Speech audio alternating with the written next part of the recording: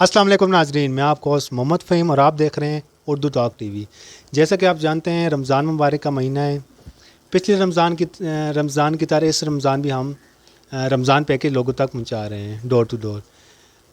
एक लेडीज़ आई हैं, उनसे बात करते हैं, उनके हस्बैंड क्या करते हैं, ख़ुद क्या करती हैं, आए इनसे बात करते हैं। आप हमारे साथ रहिएगा और हमारे चैनल को भी सब्सक्राइब कर दीजिएगा और बेल आइकन भी दबा दीजिएगा ताकि हमारी इस तरह की न्यू वीडियो का नोटिफिकेशन आपको मिल सके।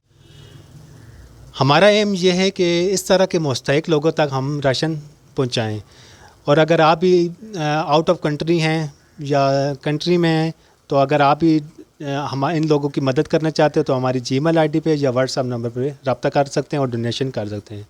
ओके हसन, अस्सलाम वालेकुम जी। वालेकुम सलाम। की हाल तो सुनाते क्या जे रोज़े बहने पहने अल्लाह जीना लख लख शुक्र है, सोने रोज़े गुजर रहे हैं।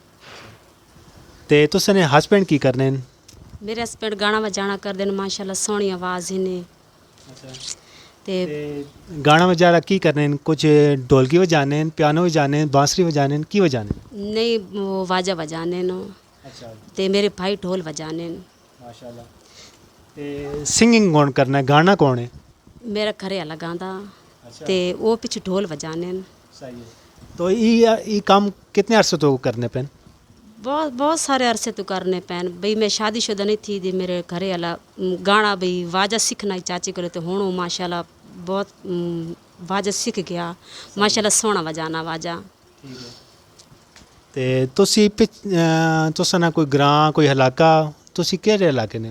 पिछू असी शुरुआत सरगो दे खुशाब ने जी ते इत्थे असी अटक के चाया, बस इत्थे असनी रहायश हो गई ते फिर असी ये फिर तन पता मजबूरी असन की कुछ इंसान करा छोड़ती गई ते असी झुगिया च वेज रहने ते ये असी फिर मंगना काम सीख लिया वे।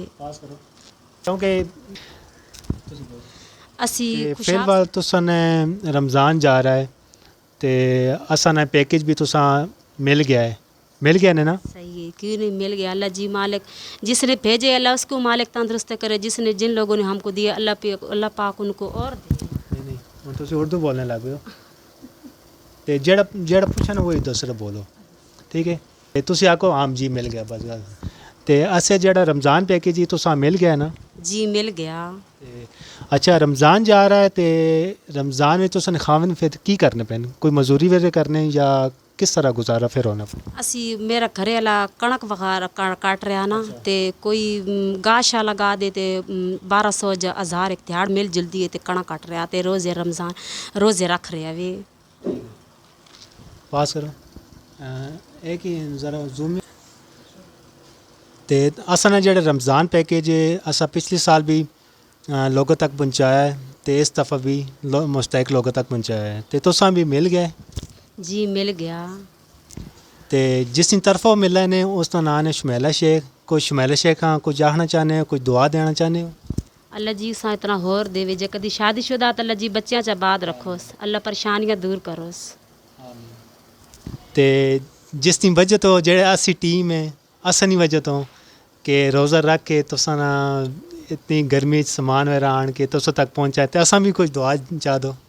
अल्लाह जी अम्मियां मदीने की ज़ियारत करावस, जिस सां दिता वे अल्लाह जी बच्चियां खुशहाल रखोस।